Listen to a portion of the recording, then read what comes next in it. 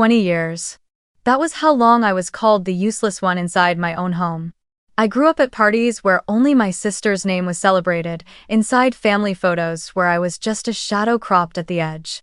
The day I turned 16, my father shouted straight into my face, "You'll be nothing without this family."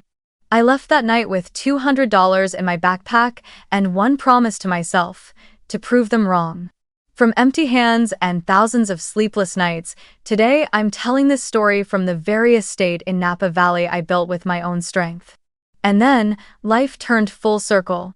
One afternoon, an old silver car stopped at the gate.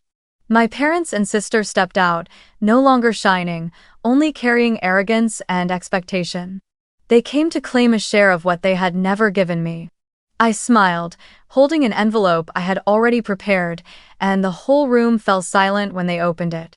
If it were you, what would you do when the past that once despised you suddenly knocks on your door, demanding a share of the success you built with your own hands? And where are you listening to this story from? Share it so I know we are not alone. My name is Amelia Harper. I was born and raised in San Francisco, a city both dazzling and unforgiving, with hills rolling under lights like waves, rows of candy-colored houses in outer sunset, and windows casting a soft golden glow that as a child I thought was happiness. Our house stood on a windy street where in the afternoons you could hear the fog roll in, howling like a ship's horn, the roof tiles always damp with a thin layer of mist. Inside, there was an electric fireplace and a family portrait hanging by the entrance. 3 people smiling brightly, while I stood slightly off to the side of the frame, eyes looking somewhere beyond the camera. We were the kind of struggling middle-class family that had enough money for my mother, Linda, to change the curtains each season and place architecture magazines on the coffee table, but were constantly tense over credit card debt and the endless lessons for Charlotte, their shining star. The air in the house always felt like it was covered by an invisible sheet of glass, glossy, fine, proper, but cold to the touch. Robert, my father, had just lost his 3rd job in 2 years at that time. He had been an insurance salesman, then switched to real estate right as the dot-com bubble burst, and after that, jumped into an office equipment company promising unlimited commissions. Each time he failed, he came home with a new suit and a new vow. This week I'll close 2 deals.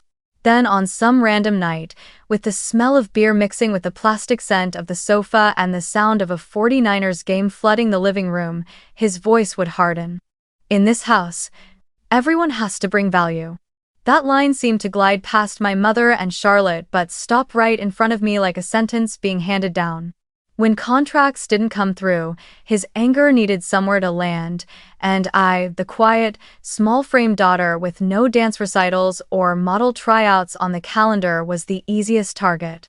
He never smashed furniture, never screamed loud enough for neighbors to knock. He was simply cold and steady. Words pressed out like weights, contemptuous glances, long evenings where my name was never spoken. Linda was different.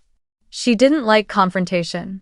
She preferred Christmas photos in matching sweaters, red for everyone, a tree that looked like it stepped out of a magazine, everything pressed under the label of perfect.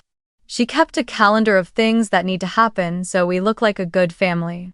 Charlotte taking 3 ballet classes, having an SAT tutor, joining the drama club and cheer team. While I was supposed to keep the house tidy, not distract Charlotte, not create drama when guests are here. When I asked to join a Saturday art class at the community center, she glanced at me and gave a thin smile. "Honey, that's not really your thing. Besides, Charlotte needs to get to her catwalk practice." The rejection didn't need to be shouted, it came through her eyes, through other people's busy schedules layered over my small wants, through the endless maybe next times that never arrived. Charlotte was the sun around which every schedule revolved. On the day she won an award at the spring recital, Mom carried a handmade bouquet the size of a cabbage, Dad clicked the camera nonstop, and I stood off to the side holding a cupcake I had baked myself, waiting for someone to turn and notice. When she needed her own room to focus on her career, my bed was moved to the corner of the living room, hidden behind a flimsy bamboo screen. When she needed the car for castings, I walked home through the soaked fog after school, the back of my shirt freezing as the ocean wind slid down my collar. No one had to tell me I didn't matter, their schedules said it all. Some memories cut into me like the edge of paper. On my 13th birthday, I woke up early to blow up blue balloons, tying them in a bundle with fishing line I found in a drawer. I baked a small banana bread, stuck 3 candles on top, and scrawled the letter A in shaky whipped cream. That evening, Charlotte got a call from a modeling agency inviting her to a party with a big photographer. Mom slipped a dress onto her, Dad stood by the door with car keys in hand, and I sat by the table as the candles melted into puddles of wax. When they returned, Mom said, "Oh gosh, I'm exhausted. Let's make it up to you tomorrow, okay?" The next morning was Monday, then a math test, then another endless string of busy. The banana bread dried out, the balloon sagged, and I cleaned it all up myself like sweeping away a foolish dream. In 8th grade, I won second place at the school science fair with a project on gut bacteria and immunity, something I had read about in the library. I carried the certificate home, imagining it taped to the fridge beside pictures of Charlotte in her sequined costumes. Dad glanced at it, waved dismissively. "Second doesn't mean anything. Come back when it's first." Mom said, "That's nice," but placed the certificate on the corner of the table and quickly pulled out a photo of Charlotte with her dance coach to put in the center. Quietly, I took some tape and stuck my certificate on the inside of the living room cabinet door where only I would see it when I changed the bed sheets. That Christmas, I carefully folded a paper crane from silver foil, stitched a thin ribbon through it, and wrote on the wing, "Wishing the family peace." I also knitted a gray wool scarf, the stitches uneven because I had learned from free videos at the library. I packed them into a shoebox, wrapped it with pages from the Sunday Chronicle to save money on wrapping paper.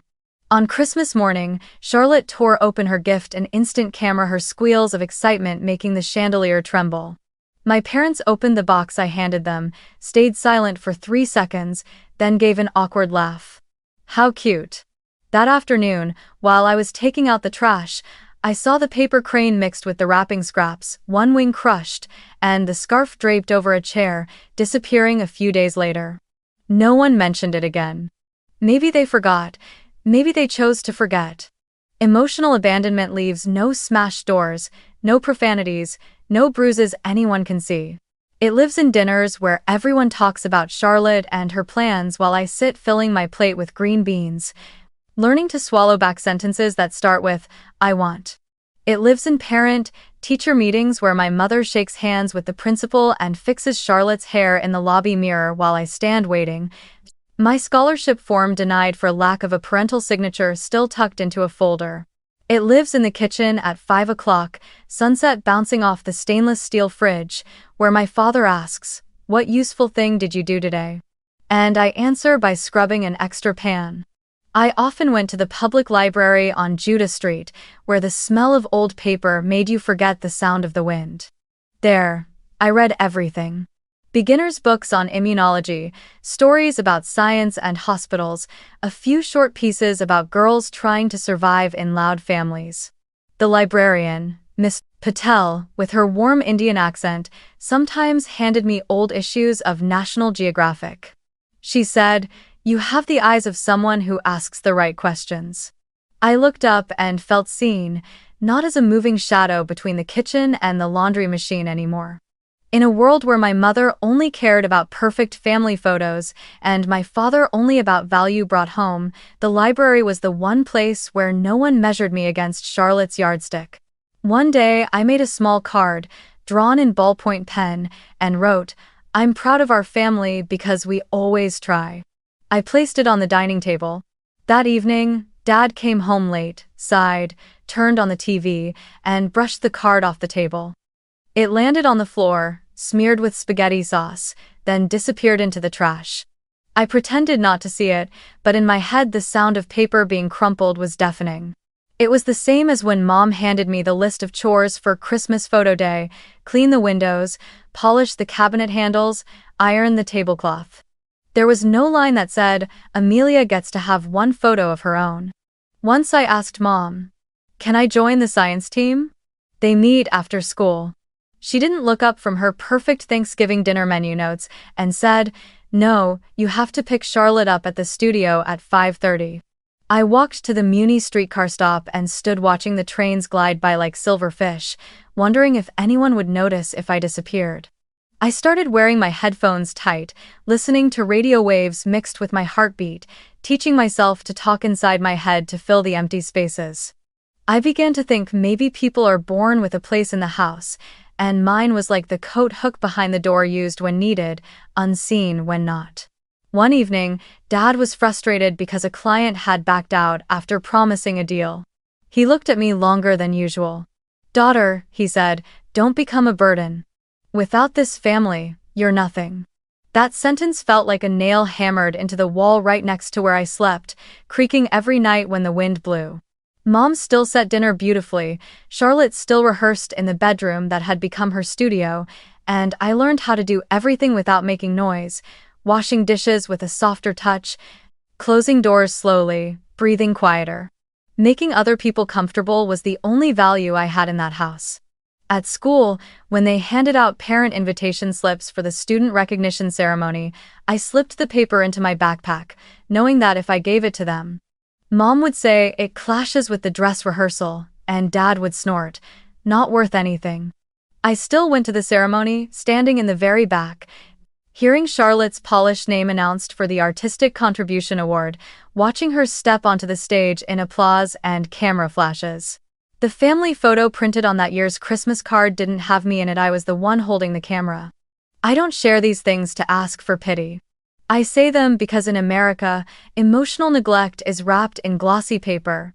Dinners that look complete, holiday photos that scream family goals, words like "we're fine," but the child learns to read the silence between the lines.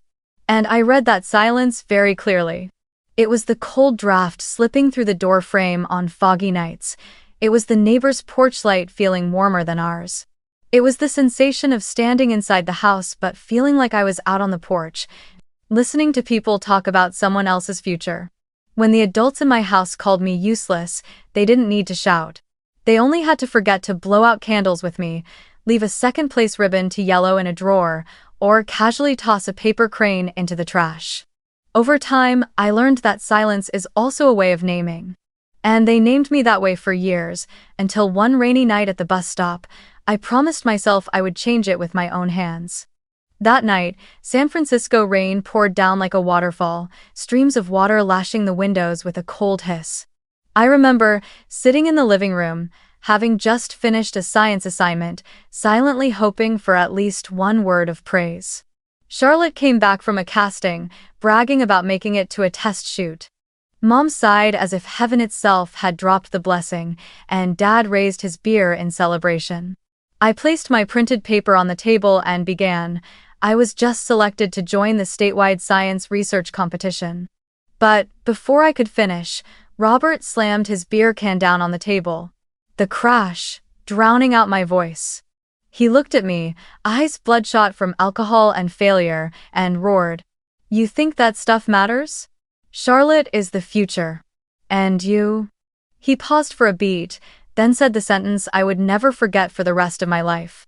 "You'll be nothing without this family." I am. It felt like my heart exploded. All the times I'd been called useless, all the forgotten birthdays, the paper cranes tossed away, the nights I studied alone under a desk lamp came flooding back. But this time it wasn't a quiet cut, it was a knife driven straight in. I shot to my feet, tears burning at the corners of my eyes, but my voice suddenly clear and steady. "Then let's see what I am without this family." The whole room froze. Charlotte curled her lip. Mom drew in a breath as if to speak, but stayed silent. Dad stared at me like I was both rebellious and pathetic. I didn't wait another second. I ran to my room, pulled my old backpack from under the bed, and stuffed in a few changes of clothes, the gray sweater I had knitted myself, my notebook, and the $200 I had hidden in a shoebox money saved from odd jobs at the corner grocery store. My hands trembled as I zipped it up, my heart pounding like a drum. Outside, the rain lashed against the window frame, either cheering me on or warning me I was stepping into something uncertain. I walked through the living room, and no one stopped me. Mom only lifted her eyes, then turned away, as if this was a scene she had already played out in her mind, the surplus daughter finally leaving. Dad gave a thin, contemptuous smile but said nothing more. The door closed behind me, and the hiss of wind and rain instantly swallowed the sounds of the house. I stepped quickly onto the soaked street, cars passing by splashing water everywhere. The pale yellow glow of the streetlights reflected my trembling shadow, small but stubborn. I had no clear plan, only the knowledge that I needed to go, as far as I could. My cheap sneakers were drenched and freezing, but I kept walking. I thought of Miss Patel at the library, of the books on medicine and technology, of a world out there where people would look at what I did, not at the name someone had given me. Eventually, I stopped at the bus stop near Market Street, where neon light from the Mexican diner across the road shimmered through the rain. The hard plastic bench was icy against my back. I pulled my backpack close, hugging it as if it were everything I had in the world, and it was. Rain blew in through the gaps in the shelter, my hair was soaked, but I sat still, eyes following each bus as it slid past, license plates blurring in the curtain of water. In that moment, I felt small to the point of vanishing, like a grain of sand lost in a desert, but inside my chest a strange fire flared. I remember whispering it out loud, almost under my breath, but clear enough to hear myself. I will prove them wrong. The 3 words, prove them wrong, echoed in my head like a spell. I didn't know what lay ahead. I didn't know how long $200 would last, but I knew one thing for certain. I would never let myself go back to being the silent shadow in that house. I would become something they never imagined. That rainy night, I left San Francisco on a night bus with no destination clearer than Oakland, where the rent was cheaper and no one knew who I was. I rented a space in a run-down dorm for students and low-wage workers, walls peeling, cockroaches sometimes darting across the sink. The bunk bed creaked every time I turned over, and rap music from the next room thumped late into the night. But it was the first time I slept in a space where no one spoke the word useless. There, I was just a young woman with a backpack and a blurry dream. I quickly found a job at a small coffee shop in downtown Oakland. Every morning, I put on a worn brown apron, stood behind the counter pulling espresso shots, wiping tables, and memorizing the polite smile for customers. The work was exhausting, my back aching after each 8-hour shift, but every time I held a few small tip bills in my hand, I felt a flicker of control over my life. I saved every dollar, lived on instant noodles and discounted bread, and scraped together enough for cheap community college classes. The most luxurious thing I allowed myself back then was a used laptop from a second-hand shop. It was slow, the fan whirred loudly, but when my fingers touched the keyboard, it felt like the whole world opened. From that laptop, I began exploring programming. I searched for free courses online, from basic HTML to Python, then Java. At first, everything was incomprehensible, lines of code looking like an alien language. I typed and retyped, ran tests, failed, the screen flashing red error messages. Some nights I was so exhausted I fell asleep right at the table, but in the morning I would power it back on and try again. Strangely, every time a piece of code finally ran, even just printing "Hello World," my heart leapt. For the first time, I had something that belonged entirely to me, something no one could throw away, something no one could call useless.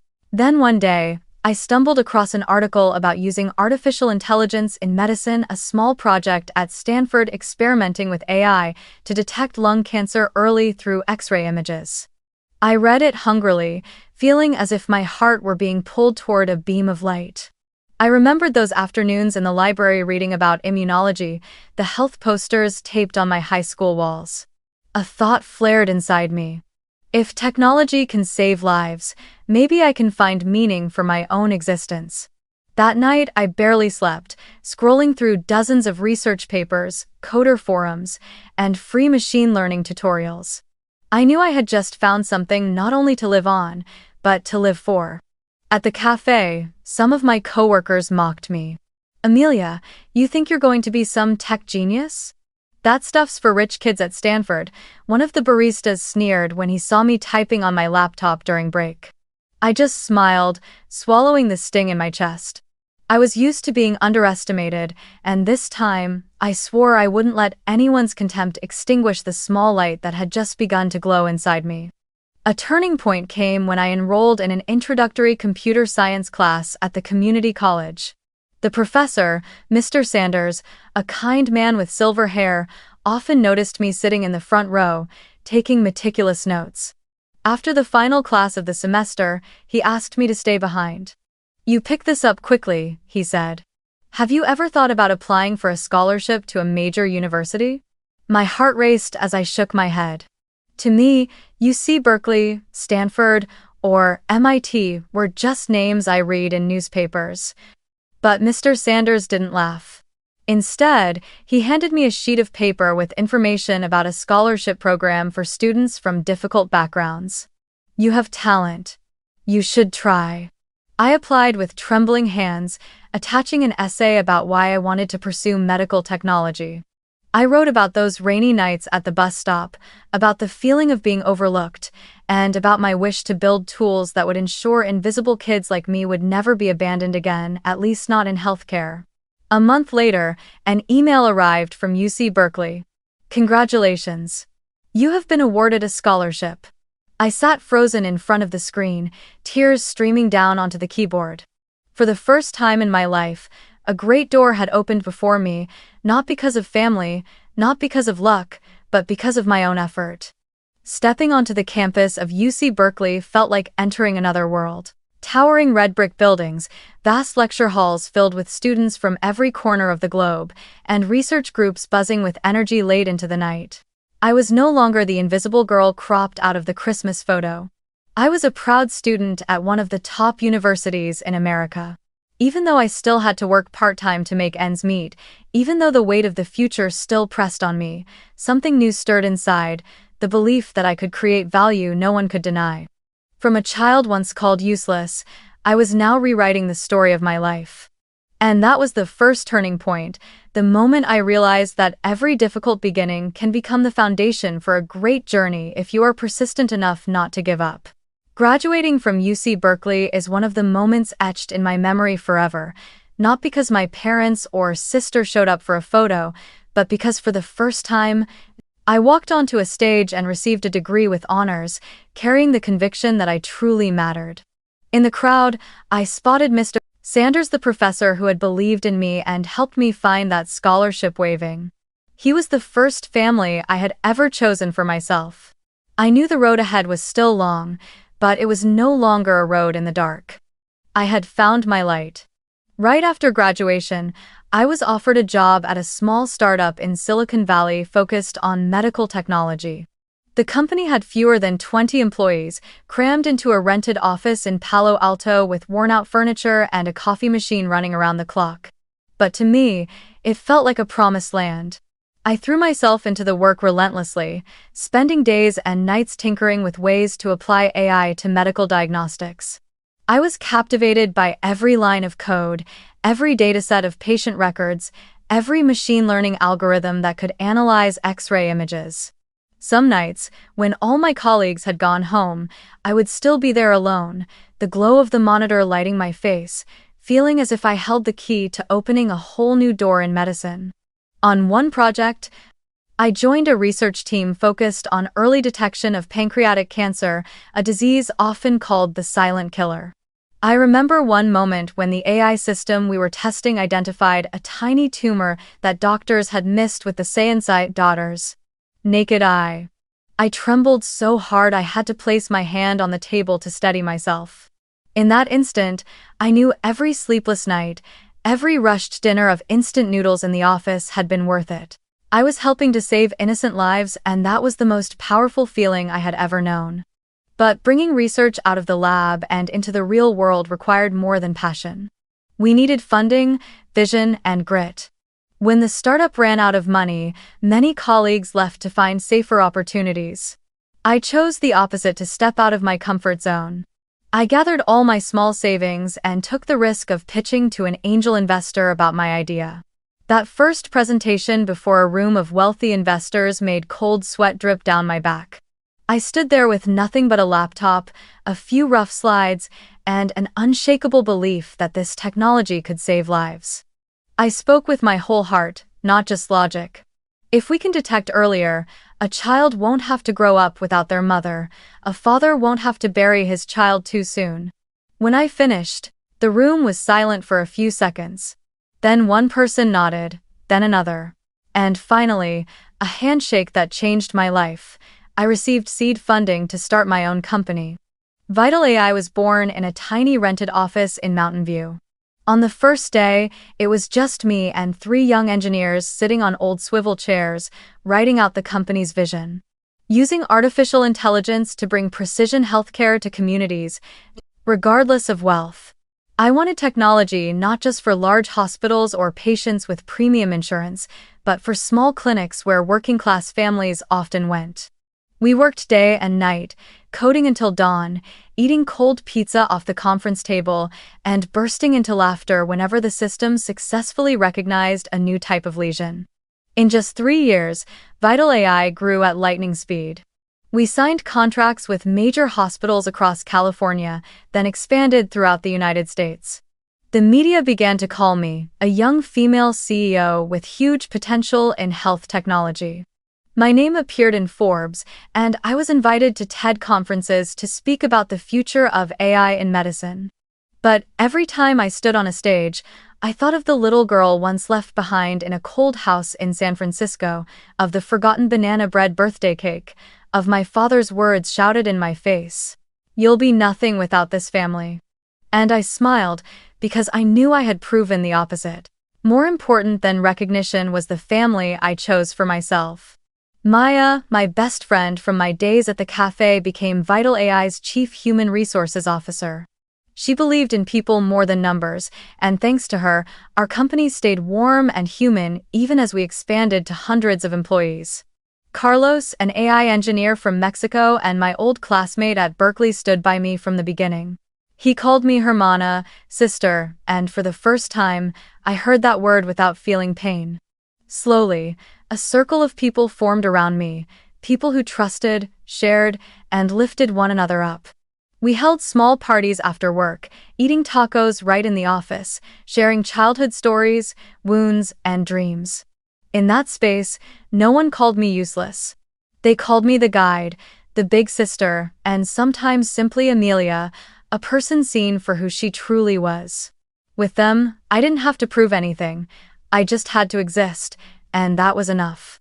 While my blood family had never once asked me about my dreams, the family I chose lifted me up after every setback. That contrast made me realize something profound. Blood alone does not create a family love and trust do. With Vital AI, I hadn't just built a company, I had built the kind of home I'd never known. The climb had never been easy, but it transformed me from a girl dismissed as worthless into one of the most notable young faces in Silicon Valley. More importantly, it helped me find my real family, the people I chose. In that family, I was no longer a shadow but fully myself, Amelia Harper. As Vital AI began appearing in major news outlets and I was invited again and again to speak at technology conferences, it felt as though my life had turned a new page, closing the door on all the painful chapters behind me. But the past doesn't disappear so easily. It lies quietly somewhere, waiting for the smallest chance to rise again. And that chance came in the form of a text message from a phone number I had tried hard to forget. One evening, after wrapping up a meeting with our engineering team about a new blood cancer diagnostic prototype, I leaned back in my chair and opened my phone to scroll through notifications. Among the flood of work emails and LinkedIn requests, I saw a message from a familiar number, one that hadn't appeared on my screen for more than 10 years. "Amelia, it's me, Charlotte." My heart stopped for a beat. I hadn't heard that name from the person herself in over a decade. The message was long, but I read it in one breath. "Amelia, I'm in trouble. The modeling career isn't like before, I'm not getting any shows, and I'm behind on rent. I know you're successful now, with a company and money. Can you lend me some? I'll pay you back, someday. I sat frozen. Memories rushed back. The room I'd been pushed out of, the forgotten birthday cake, her curled lip when I tried to tell them about my science award. It all felt like yesterday. I set the phone down and stepped out onto the balcony, inhaling deeply. I had promised myself I wouldn't let old wounds shake the life I'd built. But a part of me had still hoped that someday my family would reach out not for money, but for acknowledgement. And with Charlotte's message, that small hope was crushed instantly. They hadn't changed. They only came when they were empty. I returned to my desk and typed a short reply. I'm sorry, I can't help. I hit send, my heart pounding, but inside I felt strangely lighter. I thought it was over. But a few minutes later, the phone buzzed again. The new message made me go still. You're just lucky, that's all. In my eyes, you're still useless. Don't think a little success makes you forget who you are. I stared at the screen. The word useless was like a blade slipping through the armor I'd built all these years.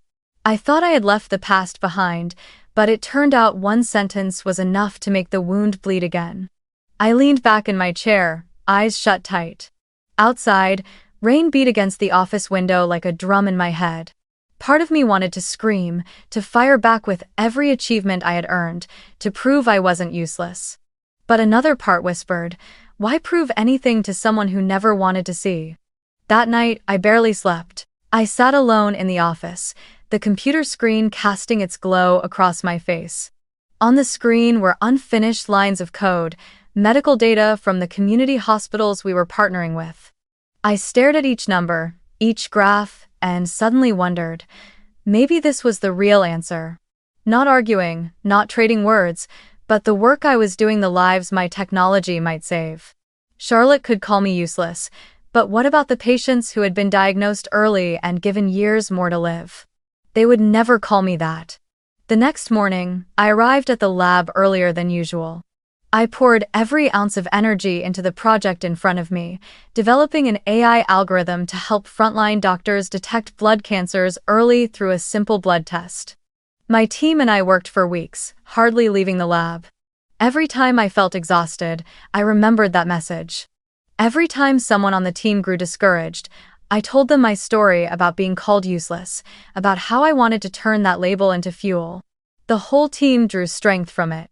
When our first prototype correctly identified a case a physician had missed, the lab erupted in cheers. I stood there, tears brimming, thinking of Charlotte's words. Useless? If this was useless, then I was willing to bring this uselessness to millions of people. I never replied to Charlotte's second message. I left it sitting in my phone, a reminder that the past never fully disappears, but we can choose how we respond to it. I had chosen not to give it the power to destroy me anymore. Instead, I turned it into fuel. That evening, when Maya stopped by the office and found me still at my desk, she set a hot cup of coffee in front of me and asked, Amelia, why have you been working so hard lately? I smiled, lifted the cup, and whispered softly, because someone once called me useless, and I have to prove them wrong not with words, but with my life. Maya didn't press further. She simply placed a hand on my shoulder and gave it a gentle squeeze. In that moment, I realized I was no longer alone. I had a new family, a chosen family, people who didn't need me to prove anything, yet still cheered me on to become the best version of myself. With them, and with the patients out there, I knew the label useless had finally lost its weight. The past may return, but this time, I had learned how to turn it into fuel.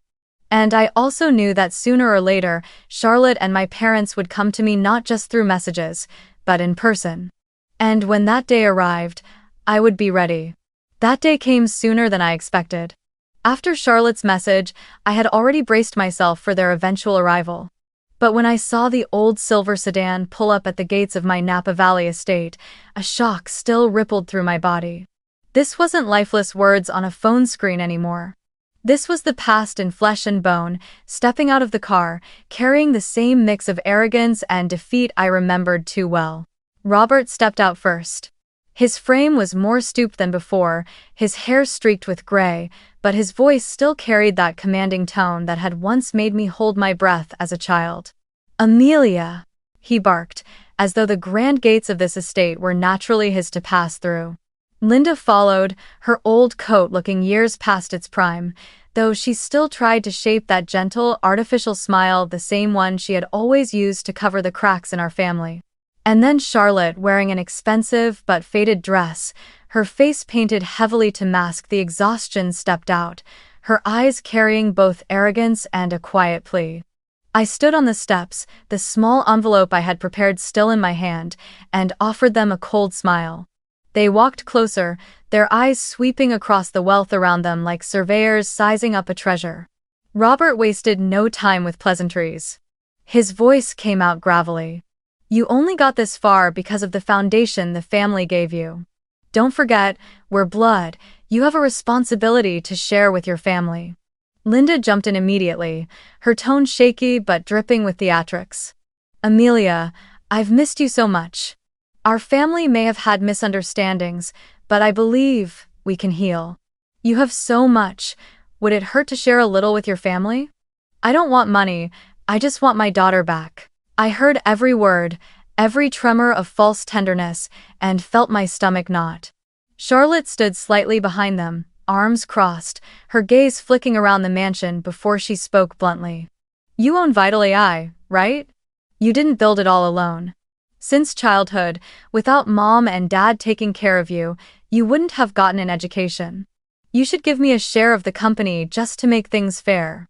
I almost laughed. Fair? The word rang in my mind like a cruel joke. They had forgotten my birthdays, stolen my bed, thrown away the gifts I made with my whole heart. And now, they dared to stand in front of me demanding fairness. I drew a long breath, forcing my voice to stay calm. "If you want to talk, come inside." I turned and walked into the living room, signaling the security staff to open the gates but still keeping them on alert. Robert strode in like he owned the place, Linda's eyes darted around as if cataloging every detail, and Charlotte flopped onto the white sofa, crossing her legs, twirling her phone in her hand, feigning nonchalance. The living room carried a faint scent of oak and wine. Modern art hung neatly on the walls, and warm golden light bathed the space. Yet the atmosphere had thickened, like a storm cloud pressing down. I sat across from them, back straight, the envelope resting on the table. Inside me, anger churned like molten lava under a volcanic crust. I studied their faces, every wrinkle, every familiar frown, and saw reflected back an entire childhood of abandonment. Robert tapped his fingers against the glass table, trying to sound authoritative. "Amelia, you can't just dismiss us. Who do you think gave you everything? It's this bloodline. Now that you're wealthy, you have a responsibility. That's the law of family." 1. Linda clasped her hands, her eyes glistening with staged tears. "I've missed you so many nights, Amelia. Our family made mistakes, but the love is still here. Can you really turn your back on your aging parents?" Charlotte leaned back on the sofa, a faint smirk on her lips. "You don't have to give much. 15, maybe 20% of the shares. You have more than enough, why keep it all? Share it, like a real family would." Molly. I listened without interrupting, letting them reveal themselves. But with each word, each look, the old wounds inside me began to bleed again. Outside, the wind swept through the vineyard, making the leaves rustle like whispers. Inside, the air grew so heavy I could hear the pounding of my own heartbeat. I smiled, but within me, a fire had already ignited, ready to erupt. In that moment, I understood.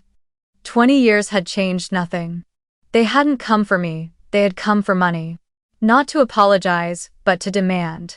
Not to acknowledge me, but to keep imposing their will. And I knew then that the true confrontation had begun. I lifted the envelope, resting it lightly in my palm, and looked straight at the three of them. My voice dropped low, calm to the point that even I was surprised. "If this is the reason you came, then I have something for you." Their eyes lit up, convinced that inside was $1 million check. But they had no idea this envelope didn't hold money, it held the truth they had spent years trying to erase. and it would be the final blow. Inside me, anger was no longer a storm spinning out of control. It had become something else, a steady current, silent but powerful. For the first time, I knew I was no longer the girl sitting quietly at a bus stop years ago. I was the woman who would redefine family on her own terms. In that moment, the Napa Valley living room became the stage for the greatest confrontation of my life. I sat tall in my chair, spine straight, my eyes fixed on those familiar yet foreign faces. Robert drummed his fingers on the table, Linda dabbed the corner of her eyes with a tissue, Charlotte pretended to be composed though her lips pressed tight. I placed the white envelope on the glass surface, my fingertip tapping a steady rhythm as if to keep my rage contained. "Before you open this," I said evenly, "I want to tell you a few things I never had the chance to say in the past 20 years. The room sank into silence. Only the ticking of the wall clock marked the passing seconds. I drew a deep breath, then began. "Do you remember my 13th birthday? The day I sat alone with a small banana bread cake, 3 candles burning down to stubs, then cleaned everything up myself while you took Charlotte to her party. I waited all night for one birthday wish, but no one remembered. That was the first time I realized that in this family, I was nothing more than a shadow." Linda lowered her head, her lips moving as if to speak, but I didn't let her cut in. "Or the day I won 2nd place at the science fair.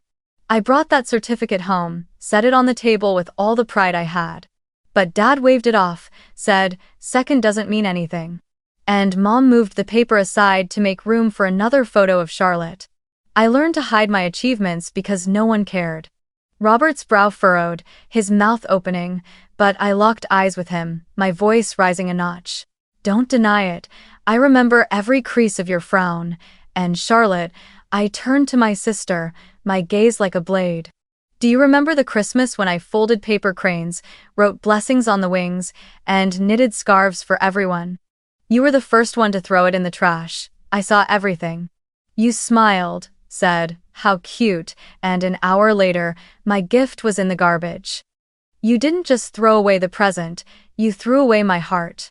Charlotte burst into tears, mascara streaking down her cheeks, but I didn't stop. "And Dad, do you remember the rainy night when I was 16? You shouted in my face, 'You'll be nothing without this family.' That was the night I left with $200 in a backpack. I sat at a bus stop, freezing and trembling, but I swore I would prove you wrong. And today, do you see it now?" The room was so silent I could hear the ragged breathing of each person. I placed my hand on the envelope and slid it toward them. "Inside are all the answers you're looking for. But I warn you, it's not what you imagine." Robert snatched it up, tearing it open with eager hands. I watched the exact moment his expression froze as he read the first letter. I had written it neatly, only a few lines. "I have turned the uselessness you branded me with into strength. Every insult, every act of forgetting, every contemptuous glance, all of it became the fuel that brought me here today. I don't need your approval. And I will never allow any of you to diminish me again. Ah." Linda's hands trembled as she picked up the second sheet, a long list of charitable donations. I had established multiple funds to support poor cancer patients, scholarships for medical students, even donations made in the name of the Harper family. I hadn't done it to honor them, but to show them. The name they once considered meaningless now stood for the survival of hundreds of people. "You never knew," I had written, "but every time a patient is saved by my technology, the name Harper is spoken not with contempt, but with gratitude." Charlotte's fingers shook as she drew out the last item. A check for $10,000. I had written a single line beside it. "Child, rearing costs. Not a penny more." The room erupted into a deafening silence. Robert's face flushed red, his hand crushing the check until it wrinkled. He roared, "10,000? After everything we gave you? You think this is enough? You owe this family far more." I met his eyes, my voice calm enough to chill the air. "I owe you nothing. In fact, it's you who owe me my childhood, my affection, my chance to live like a normal child. I'm not asking for it back. I'm only giving exactly what you gave me, no more, no less. Linda dropped her tissue, tears streaming down her face. She whispered, Amelia, I just want to mend things. I've missed you so much. Can't you give us a chance? I cut her off, my voice firm, unyielding. The chance to mend passed a long time ago. It passed with every birthday candle you forgot to blow out with me, with every time you turned your back when I needed an embrace. I have healed myself, and now I don't need a counterfeit version of reconciliation. I won. Charlotte began to sob, her mascara streaking, her voice breaking. You've made it. You're successful now. Can't you give me a chance? I was wrong. I was jealous. But you don't need to keep it all. Just give me a share. I looked at her, not with hatred, but with an icy stillness. Don't you understand? I built this company with sleepless nights, with tears, with perseverance, and you only ever knew how to take. I gave you too many chances in the past, chances to be loved more than me, chances to be prioritized in everything. Those chances are over. Robert shot to his feet, rage shaking the table. You're ungrateful. Without us, you wouldn't even exist. You dare turn your back on your own blood? I rose too, meeting his eyes, my voice low but cutting clear. No. It was you who turned your back on me first. And today, I'm only doing what you taught me, turning my back on those who never valued me. I turned to the security staff waiting by the door. Please escort them out. My tone was calm, but my body felt as though it had just cast off a burden I had carried for decades. Robert snarled with fury, Linda sobbed and begged, Charlotte stammered out, please forgive me, but I didn't waver. They were led outside, the great door shut behind them, the lock clicked with a dry snap. I stood still in the living room, eyes on the now empty envelope lying on the table. My heart pounded hard, but inside me, for the first time in years, there was a strange, quiet peace. I whispered to myself, it's over. And in that moment, I understood. I was no longer the invisible child, I was the one who had rewritten my own story. And no one, not even those who once called me useless, could ever take that away. The sound of the heavy door slamming echoed through the stillness of the house. I stood there for a few seconds, listening to the footsteps fading down the gravel path, the old engine of the silver sedan starting, then rolling away through the gates. The valley fell back into its natural calm, as if no one had come to disturb it at all. Yet inside me, a storm's aftershock still trembled. I walked slowly out onto the balcony, my feet heavy. Before me stretched endless rows of green vines, rolling away under a sunset slowly surrendering to darkness. Napa Valley looked as perfect and serene as an oil painting. But inside, there was no triumphant joy, no rush of victory I had imagined all these years. I felt neither the thrill of defeating them, nor the satisfaction of proving myself right. I felt only light and empty. Part of me had just lifted the massive stone that had weighed on my chest for 2 decades. I had said everything, returned every wound with truth, and placed a period at the end of years of being dismissed. But at the same time, as I looked over the glittering wine valley, I asked myself, is this what I'd been waiting for? This confrontation, however strong and final, still could not fill the space carved into me in childhood. I placed my hand on the balcony railing, my palm cold against the metal. Memories flickered past like a slow-motion reel. Me at 13, blowing out candles alone. Me at 16, sitting at a bus stop in the pouring rain. Me at 20, hunched over an old laptop in a crumbling dorm room. Each of those images, painful as they were, had been the bricks that built the person I had become. And now, standing strong enough to face them, I realized a harsh truth. No confrontation could ever bring justice to a lost childhood. I lifted my gaze to the sky. The last streaks of daylight burned red, swallowed slowly by the night. A cool breeze swept through, carrying the scent of ripe grapes and damp earth, seeping into the hollow spaces inside me. I closed my eyes, letting the wind soothe me. I knew I had won, but it wasn't a victory of revenge, it was the victory of closure. A soft chime rang from inside the estate, the sound of a message. I stepped back in and glanced at the screen. A short line from Maya, "You okay?" I didn't reply right away. I knew I needed time to sit with this, to untangle the mix of emotions still swirling inside. I simply set the phone back down on the table and sank onto the sofa, the vast room around me suddenly feeling emptier than ever. In that moment, I thought, maybe I still longed for something they could never give me: unconditional love. No matter how humiliating their exit had been, no matter how strong I had become, that absence still existed. But unlike when I was 16, I no longer let that emptiness swallow me whole. I knew I could fill it another way: through my work, through the people I chose as my family, through giving the world what I had never received myself. Night fell and Napa Valley lit up. From the balcony, I could see small lights shimmering in each house among the vineyards. I gave a faint smile, no longer bitter, only quiet. I told myself, they've gone. And I'm still here. That's what matters. Today's victory didn't bring instant joy, but it gave me another gift. Freedom. Freedom from the weight of being called useless, from the fear of rejection, from the hopeless craving for a perfect family. And in realizing that, I knew I had truly stepped into a new chapter of my life. After that evening standing silently on the balcony overlooking the Napa Valley, I realized that victory is not the same as healing. I had escorted them out through the great door of the estate, but inside me, old cuts still bled quietly. I had closed a chapter, but hadn't yet found true peace.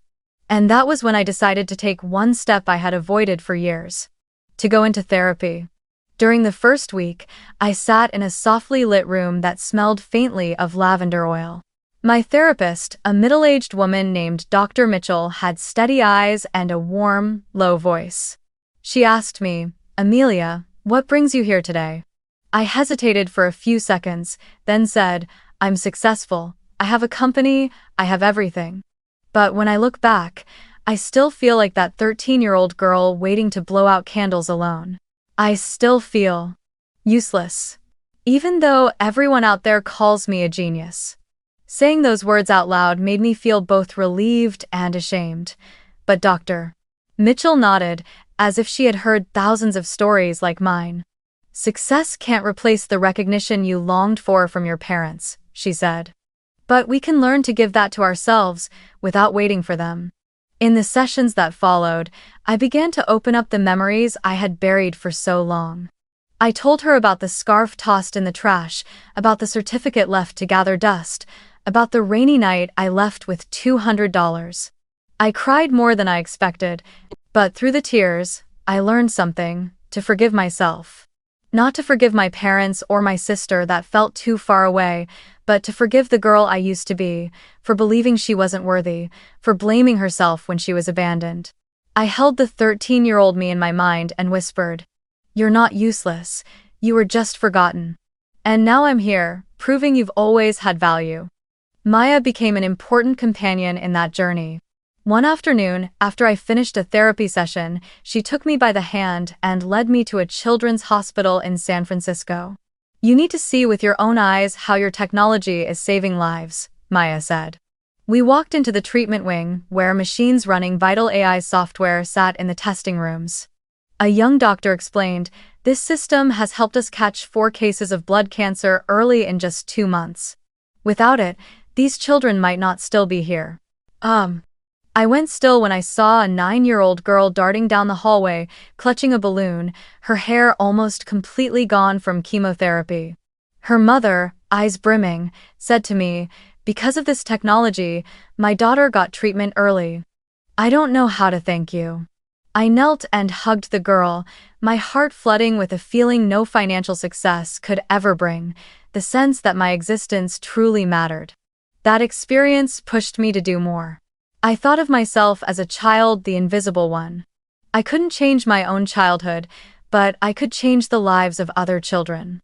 I created the Unseen Stars Scholarship Fund to support kids who had been overlooked, underestimated, or dismissed at home or at school. The fund didn't just offer scholarships, it organized skills workshops, brought kids into labs, and showed them that their worth wasn't tied to someone else's gaze. At the fund's launch, I said, "I was once called useless. But every child is a star, they just need the right sky to shine. Saying those words felt like sending a message back to the little girl I once was. A late act of healing. Alongside the scholarship, I began writing a memoir. At first, it was only short fragments of childhood memories, pages damp with tears. But gradually I wrote more, not to complain, but to share the journey from being invisible to being seen. I wanted my story to be a mirror for anyone abandoned by their family, to show them their value doesn't depend on anyone's approval. The manuscript grew into a book. A publisher reached out, saying it could become a powerful source of inspiration. I agreed to publish, but in my heart, I knew my true purpose wasn't fame, it was to get this story to the people who needed it most. Each time I picked up the pen, I felt another fragment of my soul stitching itself back together. I wrote about the rainy night I left home, but this time in the voice of an adult who had survived it. I wrote about the forgotten birthday, but ended with an image of myself lighting the candles for me.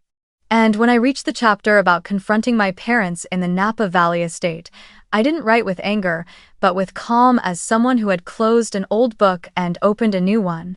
Healing didn't arrive in a single day. There were still nights I woke up startled, the words, "You'll be nothing without this family," echoing in my head. But instead of letting it haunt me, I learned to look straight at it and answer, "I am myself, and that is enough." I kept meeting with Dr. Mitchell regularly. I kept joining Maya in volunteer visits to the hospital. I watched the bright eyes of the children who received Unseen Stars scholarships. I received emails from readers saying my story had helped them believe again. All of these things wove themselves into a tapestry of healing. When I stood before the mirror now, I no longer saw the forgotten child. I saw a woman who had learned to forgive herself, who had chosen her own family, who had used old wounds to light the path for others. And I knew my journey of healing wasn't just mine, it had become a gift for anyone who needed to hear, "You were never useless. You simply hadn't been seen yet." If you're sitting in front of a screen listening to my story, I want to tell you something very clearly. Your worth is never defined by how other people see you, not even your own family. I was once called useless. I was once forgotten during the most important moments of my life. But from those wounds, I found the strength to rise and become someone no one expected. If today you feel small, unseen, or unrecognized, remember this: you are not invisible. You are a star, and as long as you keep shining, your sky will come.